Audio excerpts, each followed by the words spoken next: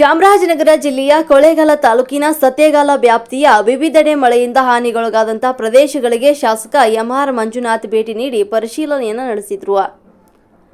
ತಾಲೂಕಿನಾದ್ಯಂತ ಶುಕ್ರವಾರದಂದು ಗುಡುಗು ಸಹಿತ ಭಾರೀ ಬಿರುಗಾಳಿ ಸಾಧಾರಣ ಮಳೆಗೆ ರೈತರ ಜಮೀನಿನಲ್ಲಿದ್ದ ಬೆಳೆಯಲಾಗಿದ್ದಂಥ ಬಾಳೆ ಬೆಳೆ ಮತ್ತು ಮನೆಗಳ ಮೇಲ್ಛಾವಣಿ ಬಿರುಗಾಳಿಗೆ ನೆಲಕಚ್ಚಿದೆ.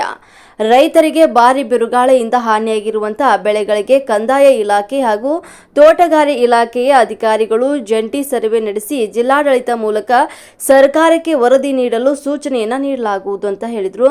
ಇನ್ನು ಈಗಾಗಲೇ ಅಧಿಕಾರಿಗಳ ಜೊತೆ ಮಾತನಾಡಿದ್ದೇನೆ. ಹೀಗಾಗಿ ರೈತರು ತಮ್ಮ ಜಮೀನುಗಳಲ್ಲಿ ಬೆಳೆಗಳು ಹಾನಿಯಾಗಿರುವ ಬಗ್ಗೆ ಸೂಕ್ತ ದಾಖಲಾತಿಗಳನ್ನು ಅಧಿಕಾರಿಗಳಿಗೆ ನೀಡುವ ಮೂಲಕ ಪ್ರಕೃತಿ ವಿಕೋಪದಡಿ ಸಿಗುವಂತ ಸೂಕ್ತ ಪರಿಹಾರ ಪಡೆಯಲು ಅನುಕೂಲ ಕಲ್ಪಿಸಲಾಗುವುದು ಅಂತ ತಿಳಿಸಿದರು. ಇದೇ ಸಂದರ್ಭದಲ್ಲಿ ಜೆಡಿಎಸ್ ಮುಖಂಡರುಗಳು ಹಾಗೂ ಕಾಂಗ್ರೆಸ್ ಕಾರ್ಯಕರ್ತರು ಗ್ರಾಮಸ್ಥರು ಭಾಗಿಯಾಗಿದ್ದರು.